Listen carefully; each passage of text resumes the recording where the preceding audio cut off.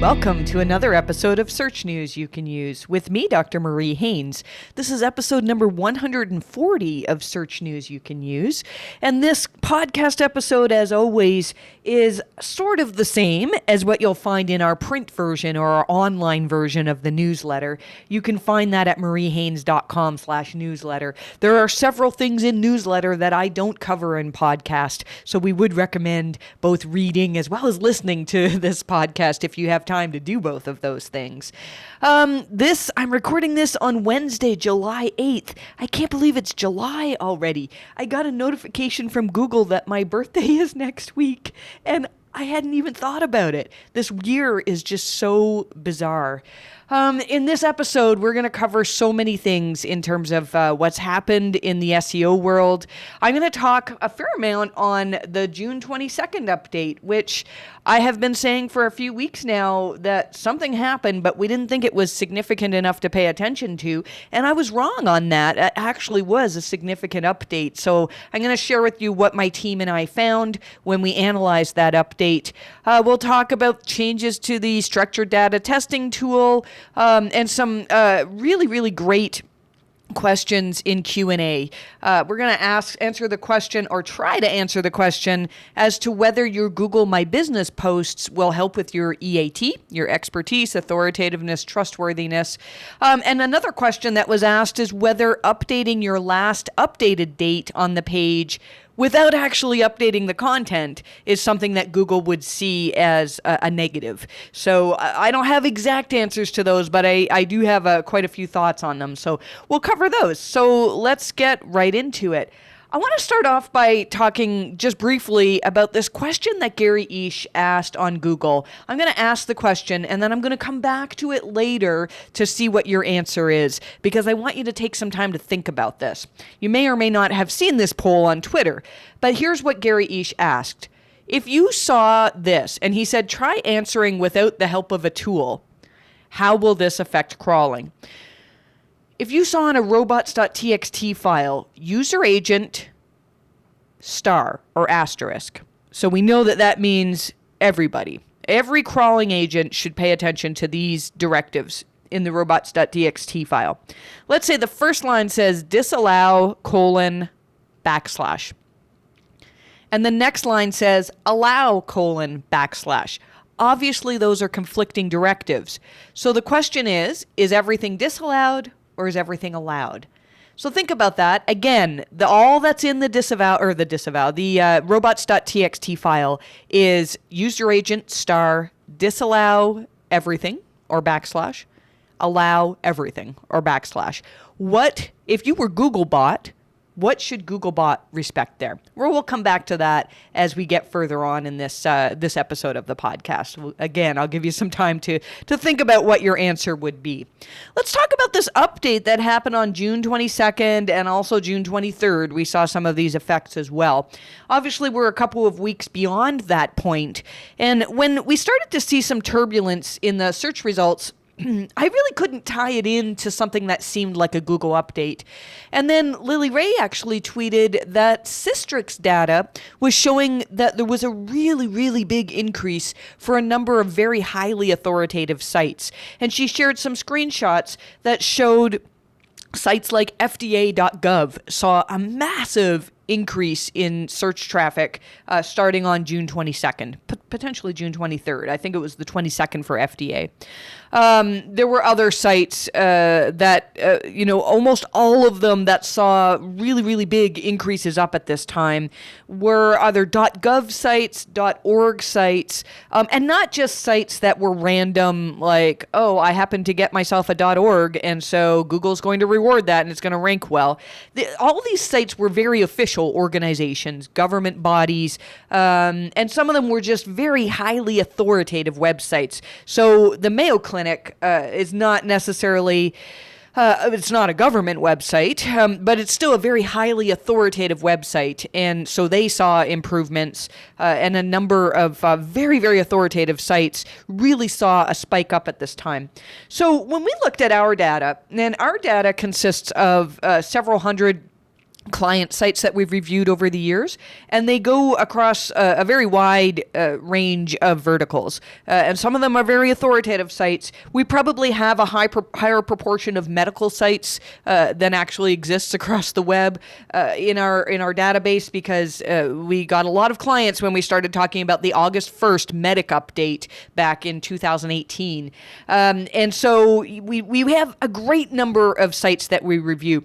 And when we looked at our data, we saw something happened on June 22nd or 23rd because we had sites that were seeing changes in search patterns that really looked typical of what we'd see with a Google update. It wasn't like there was just one page that was doing well or potentially not doing well. It was like the entire site was seeing either improvements or declines. Now, in all honesty, while we did have some sites that saw improvements, the majority of sites that were in our client base, our profile that we monitor, that saw changes at this time actually saw decreases. They weren't massive decreases, but significant enough to probably hurt the bottom line of these businesses. And so we started doing what we always do with updates, and when one seems to be significant enough for us to pay attention to, we start looking at who actually won when our clients lost out. And so one of our clients, I don't want to give away their what their business is because they've asked us to maintain privacy for in regards to what niche they're in, but they write on a topic that is definitely YMYL, but it's not health, probably closer to finance than health. And what we found was that they saw probably a 15 to 20% drop across the board on most of their search traffic.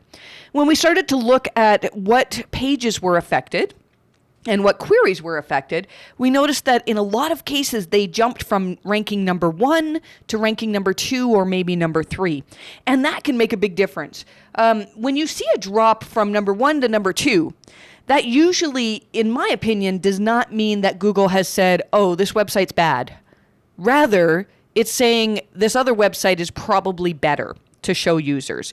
When your website, see, I think some Google updates can actually demote websites. They can look at a website and say, for whatever reason, we feel like we can no longer trust this website. That actually was a big factor of the August 1st, 2018 update, where we really felt like Google started to incorporate information in regards to reputation of a business. And if a business had all sorts of signals across the web that were pointing to the fact that maybe people don't trust this business, then when the August 1st update happened, businesses that had very, very bad reputation issues saw very, very large drops. And it wasn't just a drop from I used to rank number 1 to now I rank number 2. So in this particular client's case, in the financial niche where we were seeing that they had dropped from number 1 to number 2 or maybe number 3 for a lot of their queries, the site that ranked above them was almost always ic.gc.ca, which for those of you who are not Canadian, that is the website, one of the websites for the official government of Canada. And so, or one of the official websites. We don't have unofficial governments as far as I know. And the point that I'm trying to make here is that in this particular situation, Google seems to have preferred government organization, more official information over our client's website. And there were other examples like this as well, where we would notice that, for particular clients of ours, they just dropped a position or two, and that was because Google had preferred some type of highly, highly authoritative website. Now, we've seen this happen before.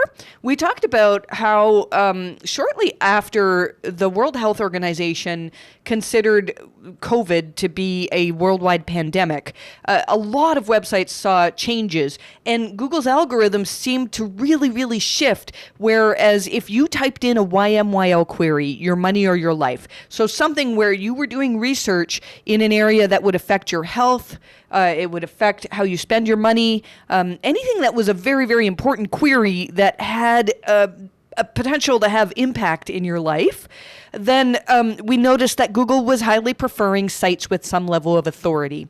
And, that could be Mayo Clinic, it could be Healthline. Even though Healthline is not a government organization, Google has a lot of trust in Healthline and seems to promote them in terms of whenever they want to have authoritative sites that they can trust to rank really well.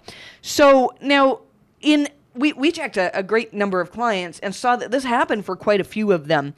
However, we had some other clients that saw drops where we really couldn't make that tie. We couldn't say that, oh yeah, every keyword that they dropped for, like all of a sudden a government or a .org or some, more official website was outranking them. So we don't think that this update was 100% Google preferring these authoritative sites, but we do think that that was a massive component of it. I want to give an example, and this is a completely fictitious one because I can't give the real example away without sharing confidential client information. But imagine in your city you wanted to get a boat license. And you did a search for boat license in Ottawa, boat license in whatever city you're in. There might be this article on some personal blog about how the steps you need to go through to get a boat license in your city, and it might be the best article of its kind. However, the vast majority of people who are searching for boat license in Ottawa, they want to go to the website where they can get a boat license. They don't want to read, pages and pages of super helpful information. If you think about your own searches, usually when you do that search, when you do a search that's a search that the user probably wants to end up on a page where they can take an action to go out and get their boat license. And your page that describes all of the steps you need to go through, all of the reasons why you might be declined, all of the, just many, many things, how long it takes, things like that. Even though it has more information, it may not necessarily be the most relevant to what searchers are searching for.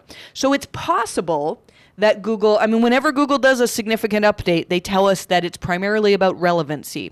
I think, though, that this update may have more to do with trust. And this comes from Google. I've talked about this before, but Google has this document on how they fight disinformation.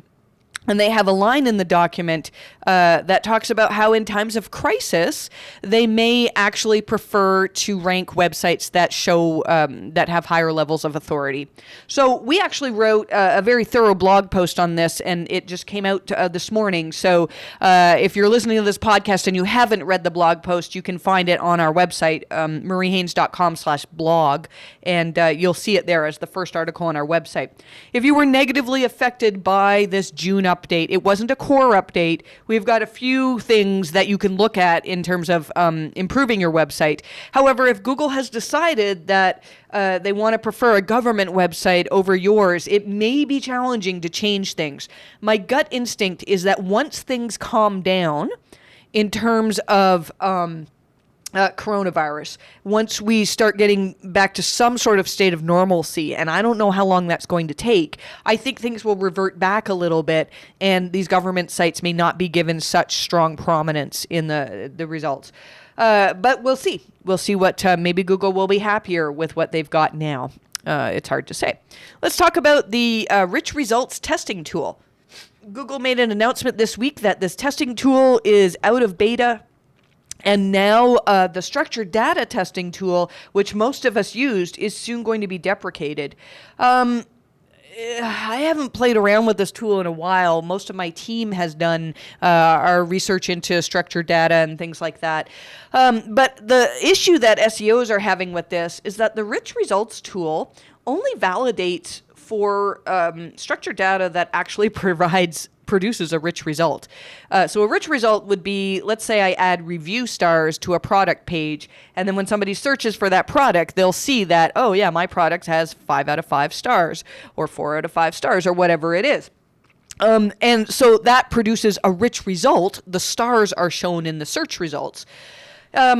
there is a lot of structured data that doesn't produce something visibly seen in the search results. And so now if Google takes away the structured data testing tool and only leaves us with the rich results testing tool, it looks like we may not be able to test some things that we wanted to implement. My guess is, because they still have both of these tools out, and there was a big stink made by a lot of SEOs, a lot of prominent SEOs, about the fact that the rich results testing tool is lacking. And so it wouldn't surprise me if they're working on that, and they will probably make changes before they completely take away the structured data testing tool. That's my guess. Google released a blog post this week about how they handle spam. And the interesting part in it was what they said in regards to what they do with manual action, with reports, spam reports against a competitor. So let's say you have a competitor that you see is running a private blog network or doing something that's against Google's guidelines, and they still seem to be thriving despite that. You can file a spam report on that competitor. And we've talked in the past about how some people's spam reports are given more prominence than others. Prominence is probably the wrong word. The web spam team will pay more attention to certain spam reports than others. I would like to think that when I file a spam report, it's something that the web spam team pays attention to, because I generally don't do it out of spite. I think a lot of people say, look, my competitor's outranking me, so I'm going to file a report on them and get them a manual review. Whenever I file, and I don't do it that often, but if I see a site that really seems to be getting away with something that's against Google's guidelines, and it does seem to be working, then I'll occasionally file a spam report to point that out to Google. Now, in the past, Google has said that every single one of those spam reports is read by a human being, which I still think is the case, and that often those spam reports could lead to a site getting a manual action. So the idea was you could report your competitor, and if your competitor was doing things that were against Google's guidelines, and Google felt that their algorithms were not catching those things, and that they were allowing the website to thrive and rank well, then Google could impose a manual action on that website so that those tactics don't work anymore. What this blog post said by Google is that that's no longer the case. So they do use these spam reports, and they go to their engineers, but they don't go to cause websites to have manual actions anymore. Instead, the engineers look at those reports and determine how can we change Google's algorithms so that this type of tactic no longer works. So it still is beneficial to file spam reports, I think, when you see something that really seems to be working. Now, sometimes you can look at a site and go, oh my goodness, they have these horrible links from directories that allow keyword anchored links, and links in low quality articles and blah, blah, blah. And you could say wow, they're ranking really well for these terms, so I should file a spam report. And it may be possible that Google's already just ignoring those links, and there are other things that are allowing the site to rank really well. So this doesn't really change much in our lives, but it is interesting to know that you can no longer, from my understanding, try to get a competitor penalized. Not that we ever did that, but I know a lot of people did. But there's still benefit in filing a spam report if you do think that a site is getting away with something. And it'll help Google to be aware, because all the time there's new techniques coming out and people try to figure out ways to game Google. But Google's got very smart engineers that's their job, is to work against that. So if you find some sort of tactic that seems to be working, but it makes you feel a little bit icky inside because you think maybe this is against Google's guidelines, I would say go with your gut on that. Bing made an announcement this week to say that they had updated their webmaster guidelines. Now, Bing has not updated their guidelines since 2012. I remember when they did that, and I remember learning a lot from their updated guidelines back in 2012. We've gone over their new guidelines now, and there's a lot of stuff in there that really makes sense. And even though we can't say for certain that Google is doing the same thing, a lot of these things opened up some interesting conversation for us. So one thing that the post from Bing told us is that they are now looking at the rel sponsored and rel UGC attributes. Bing says they use them as hints and not explicit directives, so that is kind of interesting. And then Bing wrote down, they broke down how they rank content into 6 categories. So I'm just going to briefly discuss these. The first is relevance. And so Bing tries to do all they can to determine that the page that you have is relevant to the query that was typed. And that makes sense. I mean, Google, I think this is really the cornerstone of Google's attempts at algorithm updates lately, is trying to produce more relevant results to people. The next step in Bing's guidelines is quality and credibility. And they say that for authors, they're looking for transparency regarding who wrote the content. This is really in line with what we think Google values as well. We don't know if Bing has their own EAT metrics, but this is a part of EAT, is knowing that your author has expertise, is known as an authority in the industry. Because otherwise you could have an author who writes fantastic content, but if they've never done the stuff, would people want to find them? Would people want to read their content? And that's important to Bing as well. Bing also, and this was the part that was a little bit controversial, Bing also says that they use user engagement as a ranking factor. And so they said they include things like click-through rate, bounce rate, whether the searcher changed their query based on the results provided. There is a book that I would highly recommend reading about the history of Google. It's called In the Plex, written by Stephen Levy. You can find it on Amazon. It's a very easy read and very, very interesting. In it, they talk about one of the cores of Google's early algorithms was looking at the idea of what happens when a user bounces back from the search results. So let's say I typed in a search query and I clicked on the first result. And I realized, wait a second, Google's got it wrong. I didn't mean that type of whatever. And then I go back to Google, and instead of I modify my query a little bit, and then I end up on a different result. That type of thing is actually factored in by Google. And Google, I don't know if they still call it this, but they used to call it the long click versus the short click. And the idea was that if users were consistently typing this query, landing on your website, bouncing back to Google, modifying their query, and landing on a different website, that maybe your website wasn't the best to show for that query. And I think that still is used to some extent. It's not black and white because there's so many ways. I mean, there's many times where maybe I realized, maybe I misspelled my query, or, I didn't really mean, this type of flower. I meant this. And so, sometimes the bounce back could be more my error than the fact that Google showed me results that weren't relevant. But the fact that Bing says that they use click-through rate, bounce rate, so bounce rate means whether people tend to stay and click through to more pages on your website or whether they just bounce back to the search results. That tells us that I find that very, very interesting. Again, we don't know what Google does, but the fact that search engines can measure this and that Bing uses those as ranking factors is very, very interesting. Bing also says that freshness is a ranking factor and that quite often content that's consistently up to date can rank higher in Bing. Location can be a factor, which makes sense, and also page load time. They do note that a balance can be struck between page speed and other user experience factors. We've seen some discussion this week about if you add ads to your pages, that's going to slow down the page load time, but some of that is necessary because pages, in a lot of cases have to be monetized.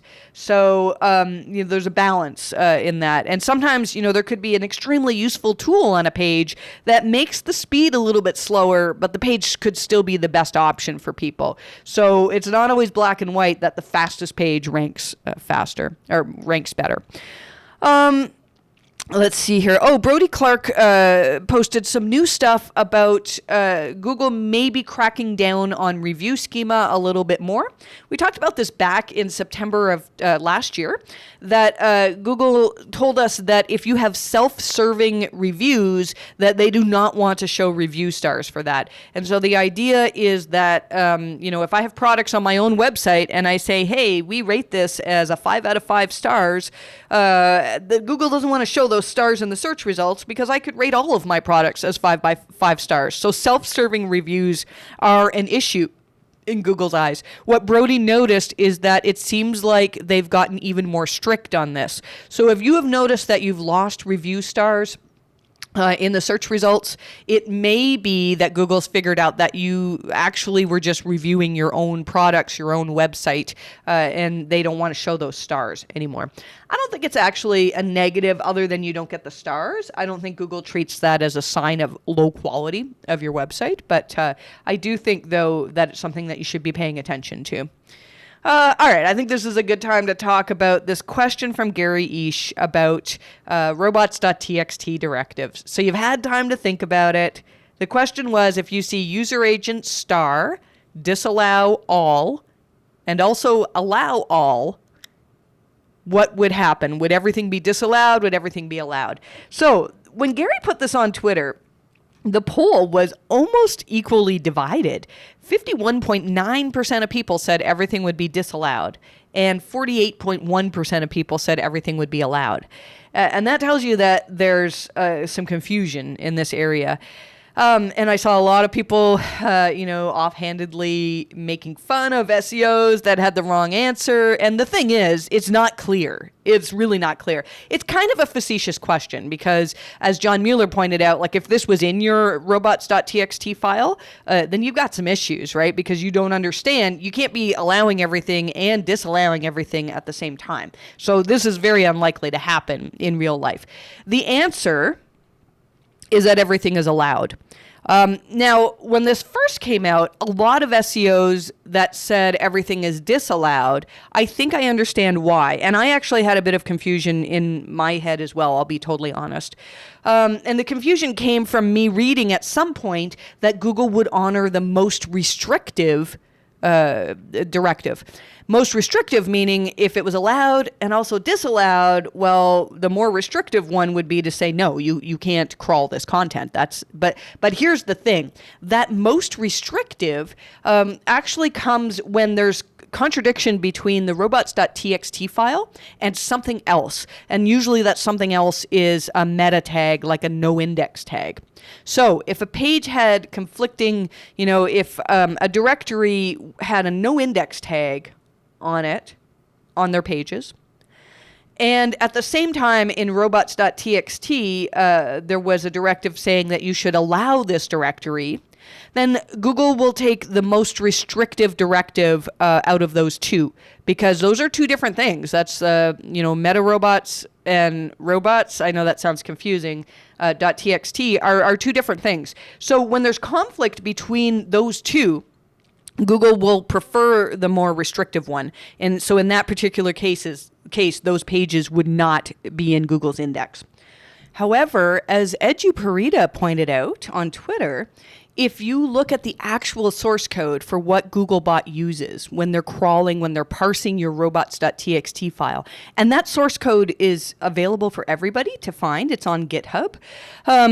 If you look at that source code, there's a line in there that basically says, and this is commented I'll read the comment from the code. It says, in case of equivalent disallow and allow patterns for the same user agent, allow is used.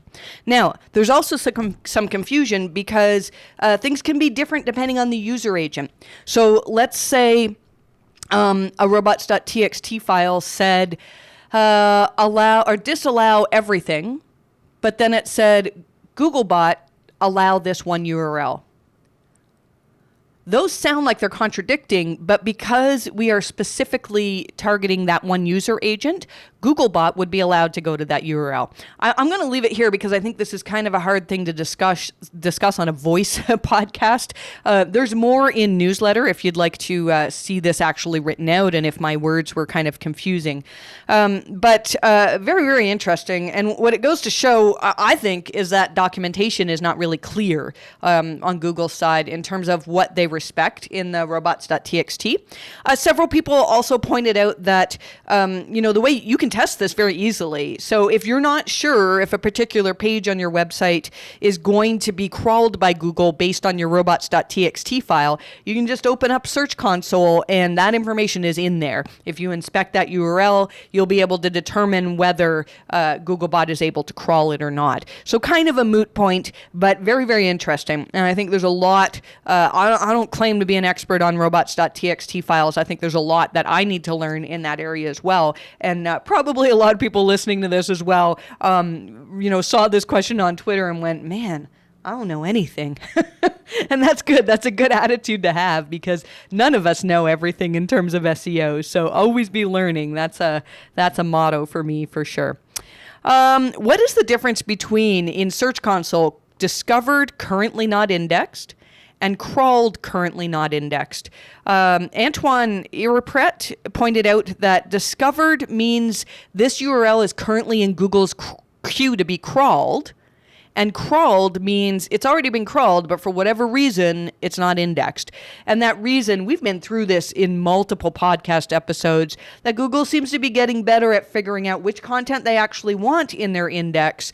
And Matt Baker, one of my site auditors, Matt does a fantastic job, especially with e-commerce sites. So if you are looking to improve the quality of your website, reach out to us. I mean, we have several fantastic auditors, but that seems to be an area where Matt really, really excels in. And so he pointed out that John Mueller had said a little while back in a help hangout that when you're seeing a lot of pages fall into either of these buckets, either discovered not indexed or crawled not indexed, then the site can be in an area where like Google's just not sure, and they might think that some parts of your site are okay and others not so much.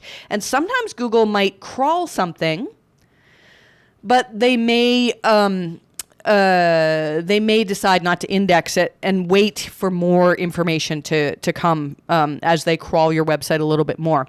So if you're seeing pages in this section of either discovered not indexed, crawled not indexed, and they're pages that you actually think, you know what, these are good pages, they should be indexed, then you need to be looking at the quality. And the quality doesn't necessarily mean that it has to be absolute, complete rubbish for Google to ignore it. It might just be that it's just not the best of its kind. And we've been seeing that a lot, that some of these pages that in the past we could get into the index, they're hard to index now. And when we look, we say, well, why would Google even want to index this? Because everything that is on this page already exists on sites that are ranked on the first page. So you really need to be thinking about how to make your pages differentiated from everybody else who is talking on the same topic. This was an interesting question from Casey Marquis on Twitter, and he asked it and Danny Sullivan answered it. Now, Casey does a lot of work with sites with recipe sites, and it sounds to me like Casey wasn't actually asking this question. He was asking because an ad company asked the question. An ad company was advising that recipe sites do the following. They include a video in the source code of their page, but they include a different video that they show to users. So the video that's in the source code of the page is one that they want to be shown in the search results, and it has schema, it has the proper recipe schema, and certain things that are marked up in order to give it more search prominence.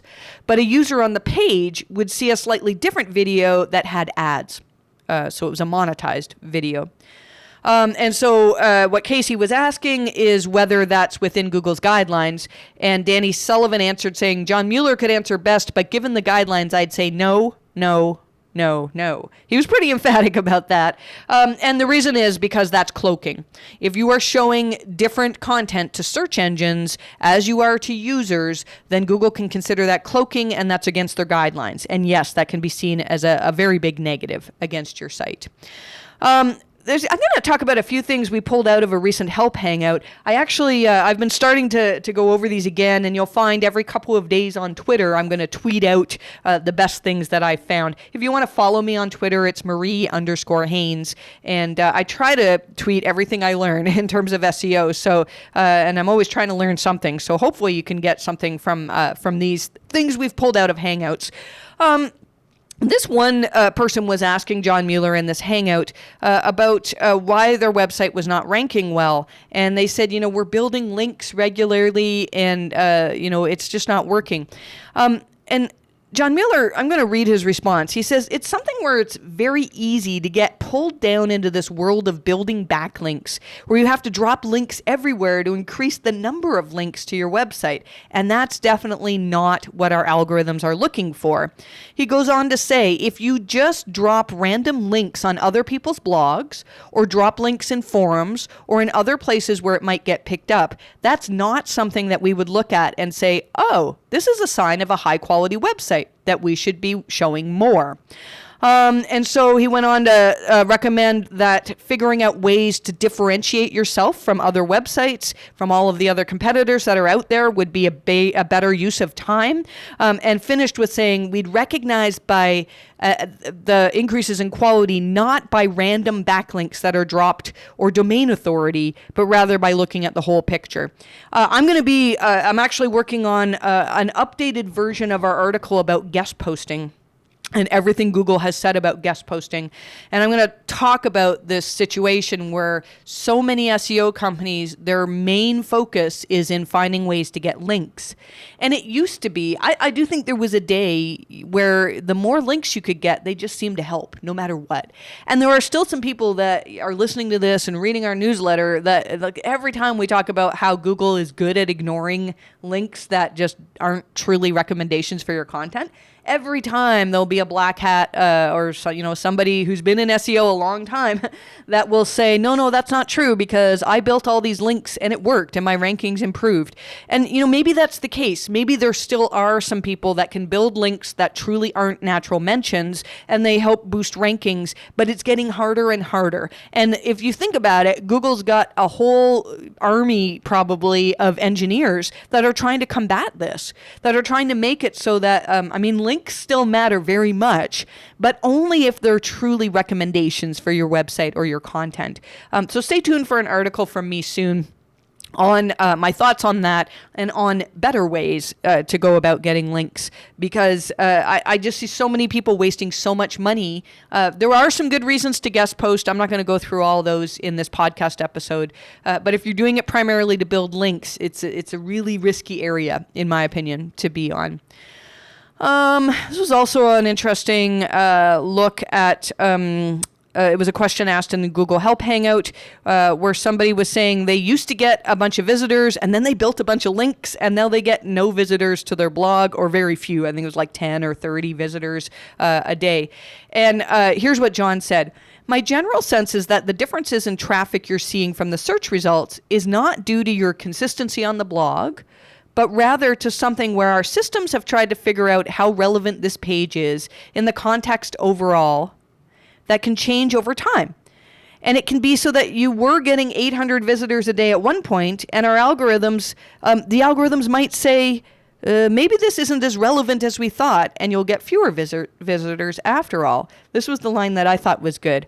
It can also happen that our algorithms get updated and say, wow, this is a really fantastic page. Why are we only sending 800 people there? Now, I'd love to know how the algorithms do that. I do think a lot of it now is connected to BERT. And they, Google's been changing their signals for many, many years, and the goal is to just surface content that's the most helpful. And again, I think we need to really be careful not to be relying on links to try to make Google convinced that our content is better than it is. Another really good question was somebody asking whether Google can recognize the types of page structures you have. So for example, this is a product page, this is a category page, things like that. And I thought it was interesting that, John, you can read the full response. I'm not going to read it all out here because we've got a lot more to cover for this episode. But again, in newsletter episode number 140, and John basically said, yeah, like they try to figure out which parts of the site to filter together. And if they determine that like maybe 90% of the pages in a certain group of pages are no indexed, then they may spend less time crawling all of those pages on your site. I think that this can be relevant for websites that are trying to rank informational queries, but you have transactional pages. And we've seen this a lot lately where, Google seems to be getting better at determining whether the user is looking to buy something or they're looking to get more information. So we talked last week about how I believe it was last week, could have been the week before, about how, Google can determine like, oh, this product page is transactional. And if you put a whole buying guide at the bottom of your product page, it may not rank so well because Google wants to display transactional results for that query. And so that can confuse Google. You know, if 90% of your product pages could be transactional but could also be informational, I think it's possible that Google can just be confused and not know how to rank your pages. So really, it still is good to have information on product pages, but if you have a complete buying guide, it might make sense to put that on a separate page on your website that then links out to your product pages. Google just John gave us another quote on structured data. I feel like this sort of recaps things we've said for quite some time. He says asking whether structured data is a ranking factor.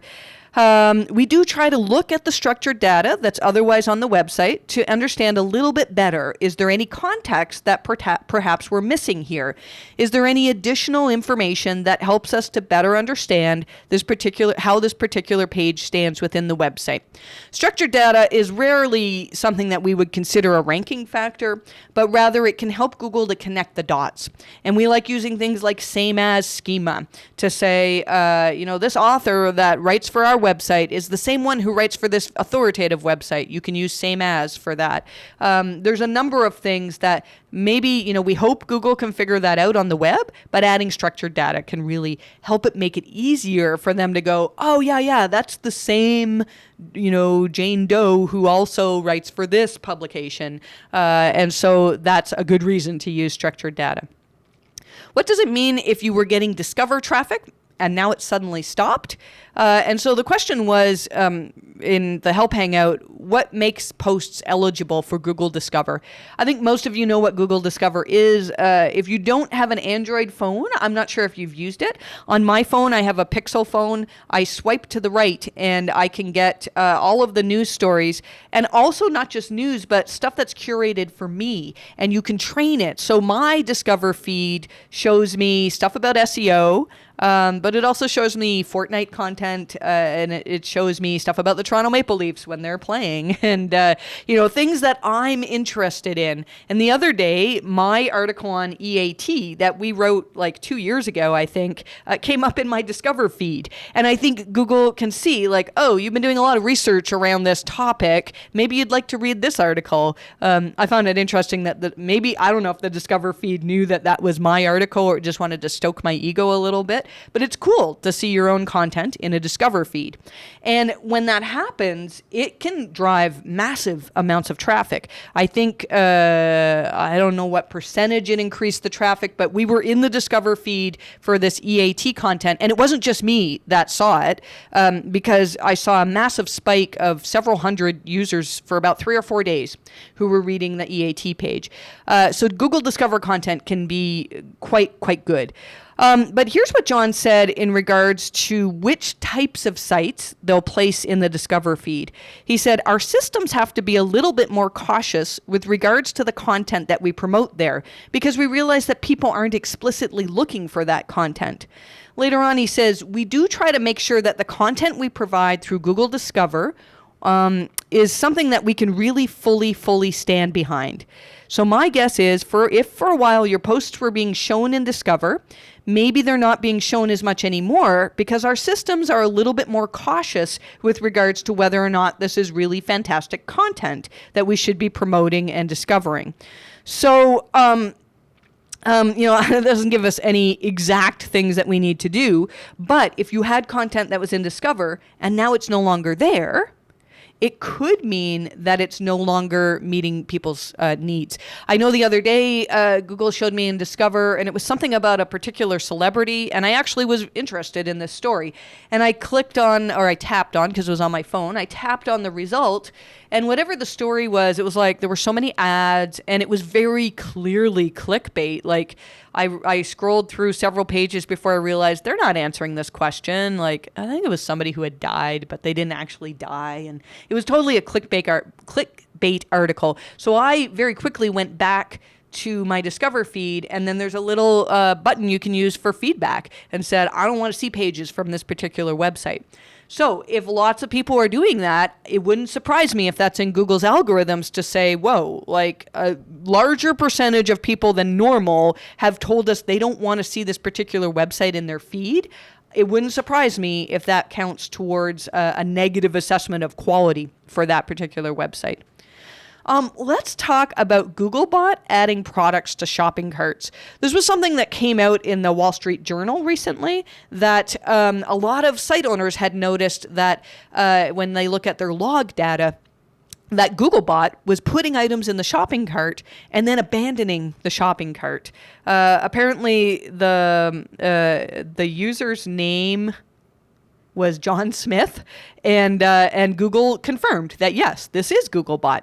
So it seems that this is connected to Google Shopping. And if you recall, recently Google made Google Shopping free for everybody. One of the things, if you join Google Shopping, you have to click a box in their terms and conditions to say, well, say that you've read the terms and conditions. And who reads an entire terms and conditions page? But one of the things apparently in the terms and conditions page is that you're actually giving permission to Googlebot to do this. And so why would Google want to do this? I think, they're trying to confirm whether the price that gets applied to this product when you check out is the same thing that you're advertising on your website. And so that could just be for Google Shopping. It's possible. And here's where the tinfoil hat theory comes in. When I saw this, I was reminded of a line in the Quality Raters guidelines. And there's a section where it talks about whether a certain page meets a user's expectations. And the quality raters are told to mark a page as fails needs met. So basically like low quality, doesn't meet a user's needs. If it has, quote, old products and models and prices, old product models and prices, outdated information, etc. And that is what the quality raters are supposed to rate that page as. Now, if we keep in mind that the quality raters, what they do is not the algorithm. It's not like if a quality rater says, oh, yeah, this price is different than what's advertised on the website. When I went to the shopping cart, it's different, that Google will all of a sudden demote that website, right? Quality raters have no direct impact on your website whatsoever. But if enough quality raters are noticing this, then Google's engineers might kind of figure out a way to determine, all right, how can we not recommend this website? Because it seems that they're advertising one price and then searchers who actually check out are paying a different price. Is this something that Google's doing? I don't know. But here's what I'm thinking. It's rare that Google gives us something for free without them wanting something from it. Do you remember when we had the authorship stuff where if you added this line of code to link your article back to your Google Plus profile, then you'd get your picture in the SERPs. And so an article written by me would have my picture and my name in the search results, which was a big ego bait for a lot of people. And so Google gave us that. And then Google, I believe they used that information. They probably trained machine learning algorithms. I don't know this 100% for sure, but they may have trained machine learning algorithms to learn, what about websites that haven't implemented authorship? How can we figure out whether they have authoritative authors?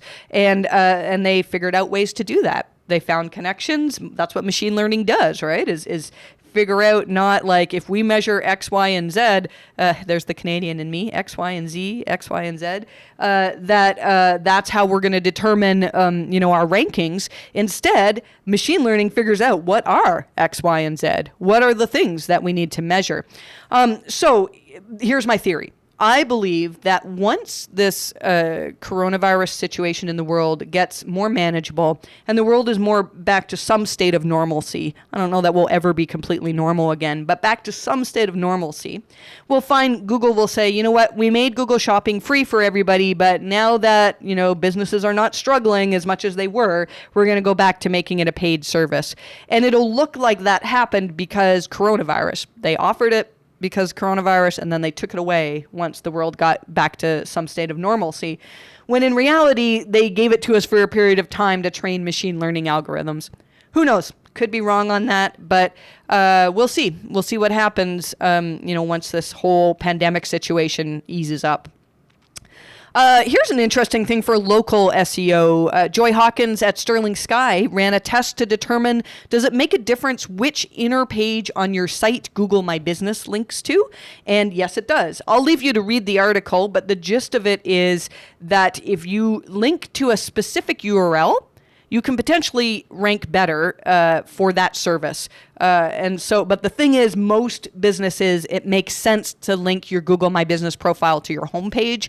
Joy's talked about a few situations. It's mostly where you have multiple practitioners and you can't get all of them to rank well for your queries. Very, very interesting. So if that applies to you, I'd recommend that you read that.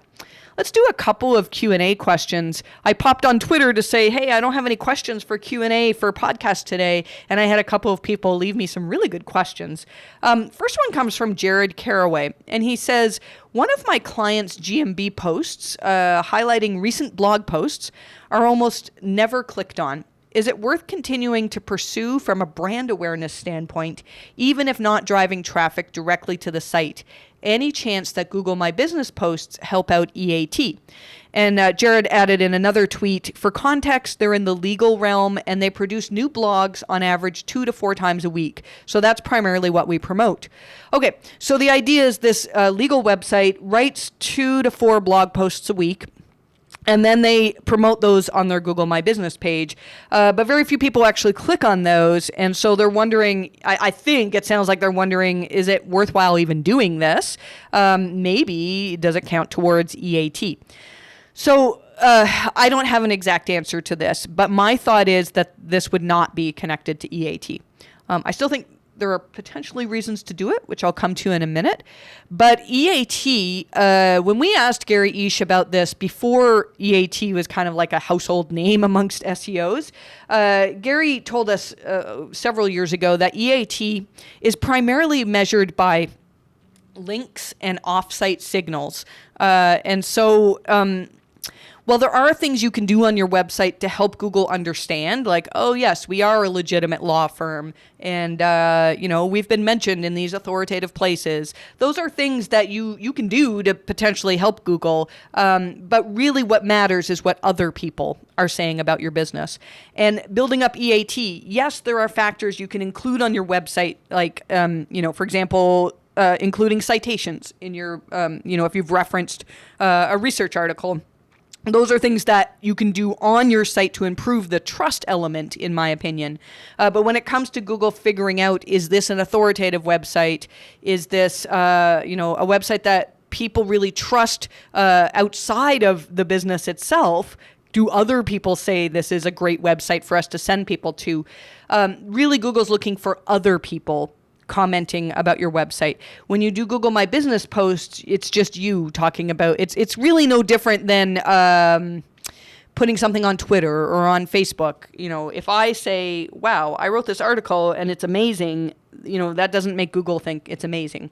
But if I wrote an article and say Barry Schwartz wrote about it and said, hey, this is amazing, well, Google recognizes Barry Schwartz as an expert in the SEO industry, and that potentially could contribute to our EAT. We don't know for sure, but that's what we're kind of aiming for, is what can we do to get other people commenting on how amazing our business is.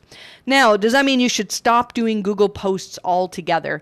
It's tough to say. My gut instinct is to say, you know what, even though nobody's clicking on them, it takes very little time to actually create a Google post. So if it's something that takes you like 20 minutes out of your week, I would treat it sort of like a bulletin board that, maybe it might be hard to measure whether the bulletin board is improving your brand recognition, but it can't hurt other than the cost involved in it. The other concern that I have, though, is that this legal website is producing 2 to 4 blog posts a week. Now, it's certainly possible for that to happen, but if that's happening because, you or an SEO company is writing blog posts for them, which is often what happens, right? That's a lot of the offering of many SEO companies is we'll write so many blog posts for you per week. I really would question the quality of those posts. And so, if you are working with a legal firm that can give you 4 blog posts a week that are the best of their kind, that are written by somebody who has legal expertise and is known as an authority in the industry, that is awesome. And you should be doing more of that. But if you're producing content primarily for the point of getting content out there, you really need to look at, are people engaging with that content? And if you are continually producing content that very few people want to engage with, I do believe that that can impact Google's assessment of quality for your site. And so when you do produce something that's like the best of its kind, it's better than any of your competitors, Google may look at it and go, you know what, like 99% of what they produce is stuff that we don't want to rank highly anyways. So I'm not saying that's the case. I obviously haven't seen your blog posts, but be careful about that. You might find that it is better to spend time producing just one blog post every 2 weeks. That's absolutely incredible, as opposed to pumping out content. My apologies if I've misunderstood the situation, but I see that happen a lot. Let's end with another question here. This is from Will Bocek. A client has a date at the top of posts that auto-updates when changes are made, even just a small change like a grammar fix. Could this be seen as manipulative by Google? My gut instinct on this is that it's not going to cause a problem, but it could. And so I think this is a pretty common thing where CMSs will do that like, oh, you updated the post to like add a comma or something. So let's, the WordPress or whatever CMS you're using will change the last updated date to reflect that. I can't see how Google would treat that as a negative. It doesn't sound like you're trying to manipulate something. It doesn't sound like you're trying to like trick Google into thinking something. It's just, a factor of your CMS. However, it made me think of a line that's in the Quality Raters guidelines. I actually had to go and dig it out before recording this podcast. So the quality raters are told in many cases to look at the date a post was updated on. And sometimes it's more relevant than others. An article about what types of dinosaurs exist probably doesn't need to be updated on a regular basis unless, archaeology finds a new species of dinosaur. That can happen from time to time. But for the vast majority of situations, that would be evergreen content that you don't necessarily need to be updating regularly. But a lot of content needs to be recent. And so the quality raters are told to look at that. And here's the quote that's in the quality raters guidelines. Note, the date the page was created may be different from when the content was last updated or modified. When content is updated, the page will sometimes show the date of the update, not the date the page was created. Some websites always show the current date, regardless of when the content was last updated. If you're curious about the content of a page, see here to try the Wayback Machine on the Internet Archive. And they talk about how to do that. Now, again, it's important to know that what Google instructs the quality raters does not mean exactly what they're doing in their algorithms. But often they're trying to mimic what they want their algorithms to do. And so if they've instructed quality raters to go, wait a second, if you're not sure if this date really reflects the date on which the content was updated or created, and we think something sneaky is going on here, well, then sure enough, Google's algorithms can do that too. So I don't know if this is in the algorithms, but if I was writing the algorithms, I'd probably have something in there that essentially says, if it looks like the last updated date is just being updated because of the CMS or because they're doing something sneaky or, for whatever reason, your reason, basically, then maybe we can't trust that last updated date. And it's possible that Google might treat that date as not, like I said, not trustworthy, and maybe they can't tell whether your content has been updated. And if that's the case, then content that needs to be fresh in Google's eyes in order to rank well, it's possible that maybe they won't look at your website. My gut instinct still is that things are fine. What I would probably do if you can't avoid this without changing your CMS is actually have a line in the article. If you look at our articles, most of them that we tend to update regularly, there'll be a line at the top that says that we write in. It's not produced by WordPress. We write in a line that says last updated on such and such date, with the hope that Google can figure that out. So I don't know if that completely answers the question, but really it comes down to whether you're trying to trick Google, which sounds like you're not trying to do that. So you're probably fine. I'm going to end it there because, gosh, we've gone on for an hour here. The newsletter has even more. We've got some link building tips. I wanted to cover Glenn Gabe's. He's done a web story for one of his articles. We've got information on that in the newsletter. I really think we should be paying more attention to web stories. I'm a bit of a hypocrite on this, though, because I haven't.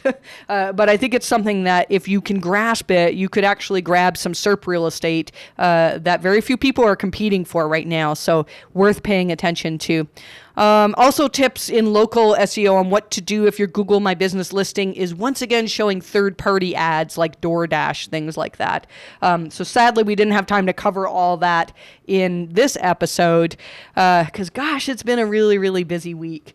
The rest of my week is not too crazy. We've got lots of client work to do. I'm going to be working on this article on guest posting, probably playing a fair bit of Fortnite. We're in the midst of a massive heat wave right now. So we're just taking it easy for the summer because we can't go anywhere. So hopefully you're able to relax as well and not working too hard. And I wish you the best of luck with your rankings.